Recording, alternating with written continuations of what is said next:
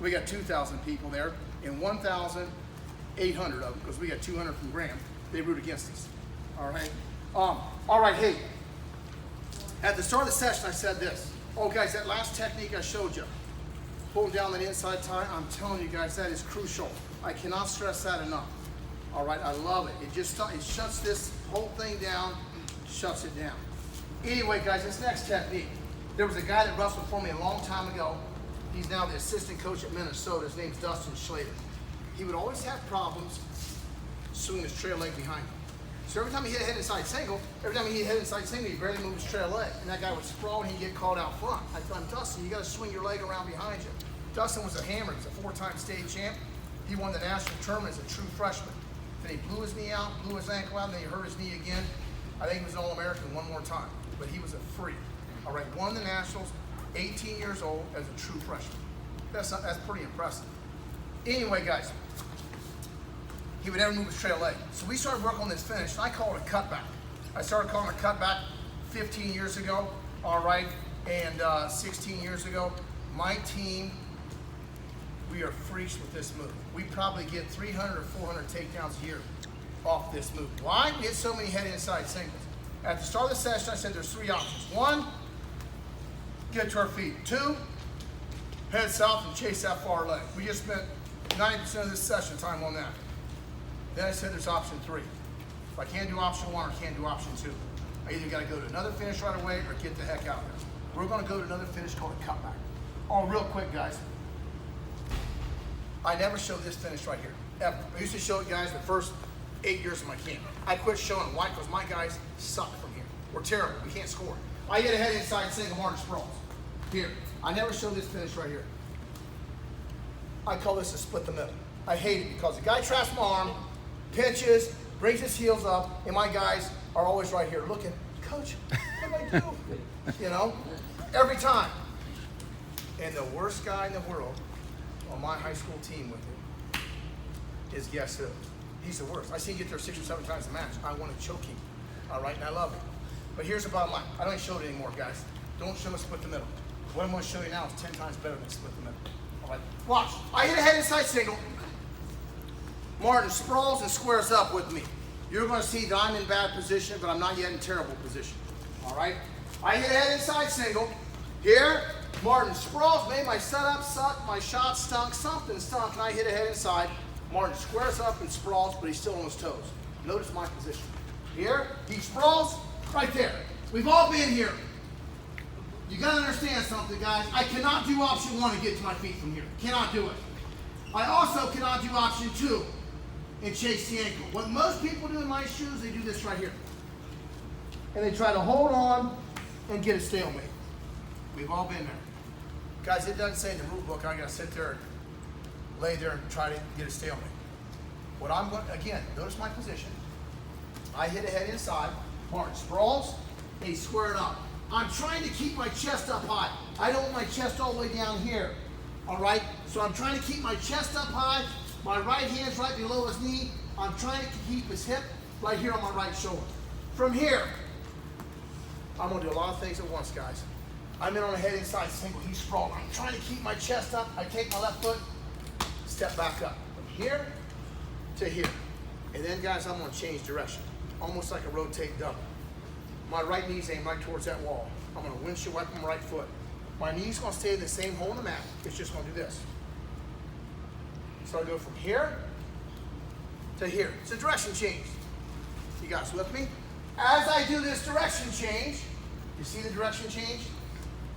As I'm doing this direction change, guys, knees stay in the same hole in the mat, it's just changing direction. I'm gonna do a level change. Here's a level change. That's a level change. Again, here, butt cheeks come right down to my heels. So I do a direction, level.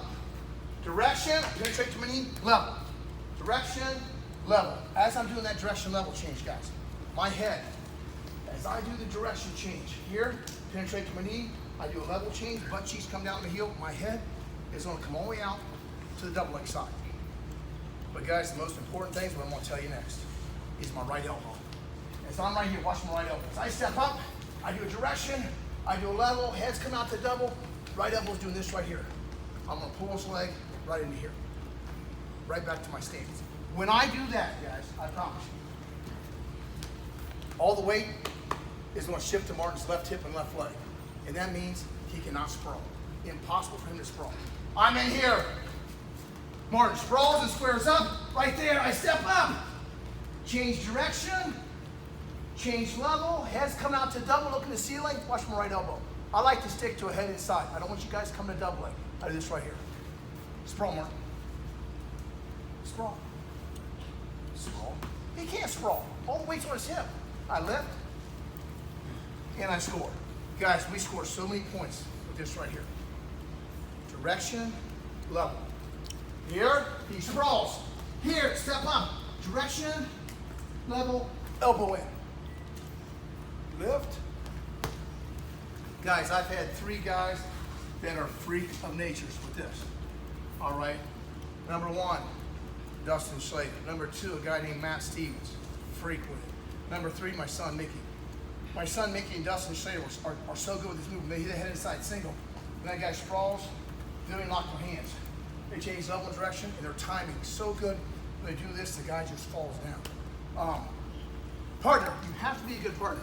If Martin hits the head inside single, and I'm standing like this right here, cutback's not the move. He'll drive to his feet every time. If he hits the head inside single, I'm here. Cutback's not the move. All right? I've only seen 3 guys that were very effective. Anybody ever heard of Hunter Stever? You guys know Logan Stever? Mm-hmm. His younger brother, Hunter, and my son, Mickey, and Dustin said they're so good at cutback. They could do it, lock your hands. They could do it all the way from right here. They start to pull it in, step their left leg up, here, they do a cutback from there.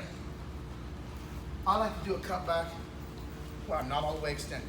And you're gonna know, guys, when you drill this over and over again, when you hit the head inside single, you've hit so many, when you feel that guy sprawl and square up, you change level and direction, come right to it again.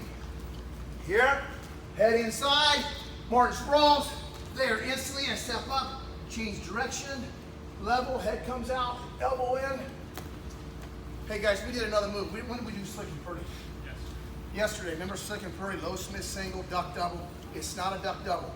All right, I'm not moving this knee. On a duck double, guys, Martin, put your front towards the sprawl. On a duck double, I do this. I step up here and watch my right knee. It changes direction, but I also move it. I'm not doing that at all. I am penetrating right back into Martin. Some kid asked me a couple weeks ago, hey coach, why don't you just go to a double leg from there? And that's a good question. Sprawl. They're saying, coach, why don't you do this instead of going to head inside single, go to double, don't move Martin. I step in, I change direction level, watch this. If I go to a double and I don't get all that weight to that hip and leg, Martin's gonna take his right hand, shove my head down, I'm on nose plank right there. Then the same kid goes, hey coach,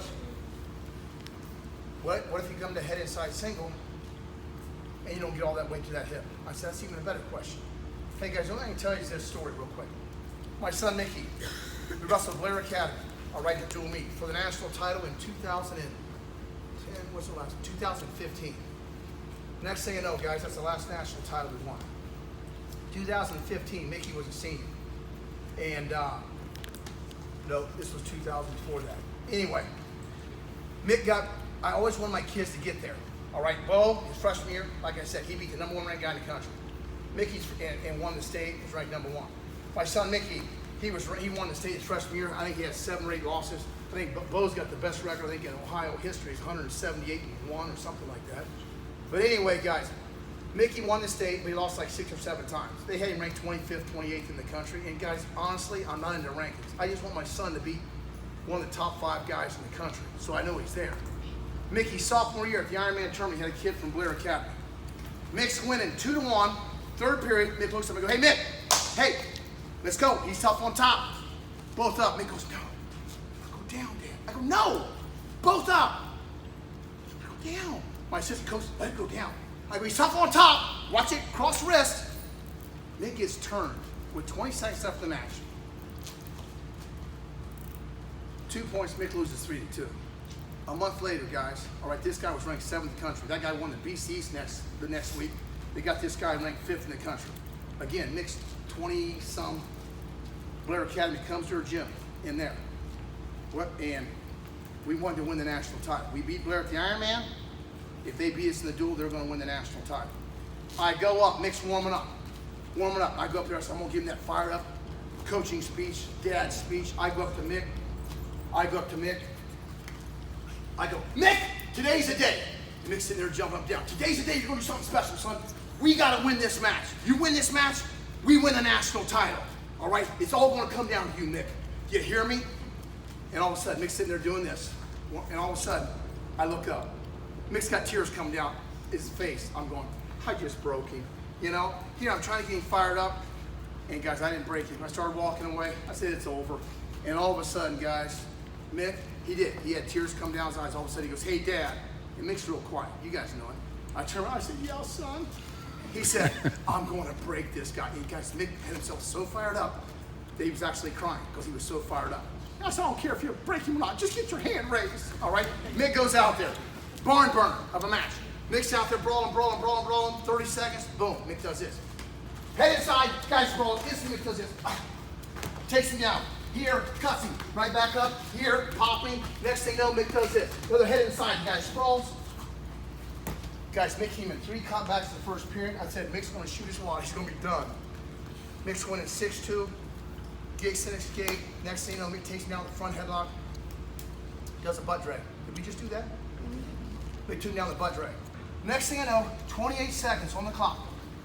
Left in the match. Mick's winning 9-3. They go out of bounds. They're on their feet. All of a sudden, the guy from Blair Academy does this. Calls timeout. Of course, me, what? I start going crazy. Blair Academy, this guy gets up and takes off running. I go, what the freak is going on? And guys, what come out of that guy's mouth was half scary. He shot puke 15 feet. All right, I have no idea. But he blew chunks. It went all over the mat. I go run out on the mat, got a water bottle. Mick's sitting there. I go, Mick, you did it. You broke him. They're cleaning up the puke. This guy's over the trash can puking. And all of a sudden, I look at the score. The score's 9-3. I go, Mick, you got to take this guy down one more time. You get one more takedown, we get an extra point. Major decision. I said, you got to get it, Mick, for the team. And Mick goes, I will get it, Dad. I want you to notice what his 5th takedown was. Guys, when Mick got this takedown, all right, he changed level and direction 3 times. First time he changed level and direction when he hit the angle knee drop. First time when he changed level and direction, he did this. Here, the guy sprawled. Guys, Mick went for his 4th cutback. So he changed level and direction again. See right there. Did not get all that weight to that hip. Mick did this right here. Went to change level and direction. Here, didn't get there. Mick changed level and direction a 3rd time. And came back to a chase the ankle. Got 2, won by 11. We beat Blair. We won a national title. Hey, that's why I like to stick to a head inside single. Does that make sense? Jack, Mark, hit a couple. Good. Guys, this is crucial. That right there, that elbow, that gets the weight on the hip. Good. Again, Jack. Good. Heads up, shifting over to the double leg side. They're pulling down. Elbow. One more. Jack's got a really good one. Good. Hey, Jack. Does Mick got a good cutback? It's pretty good, yeah. Jack gets so mad. Jack and Mick wrestle. Jack's a little bit bigger than Mick now. Mick's kind of lost some of the muscle since he's been working for me. But every time Mick, if he just gets his hands locked, does he get a cutback? Jack gets so mad. All right. Hey, you guys with me? Partner. Got to be a good partner. We're squaring up, we're on our toes. One more time, partner. You got to be right here. Right here. I'm scrolling right here. All right, that's where Martin's going to step up. Change level and direction. Elbow in. Right to it. We got it? Go.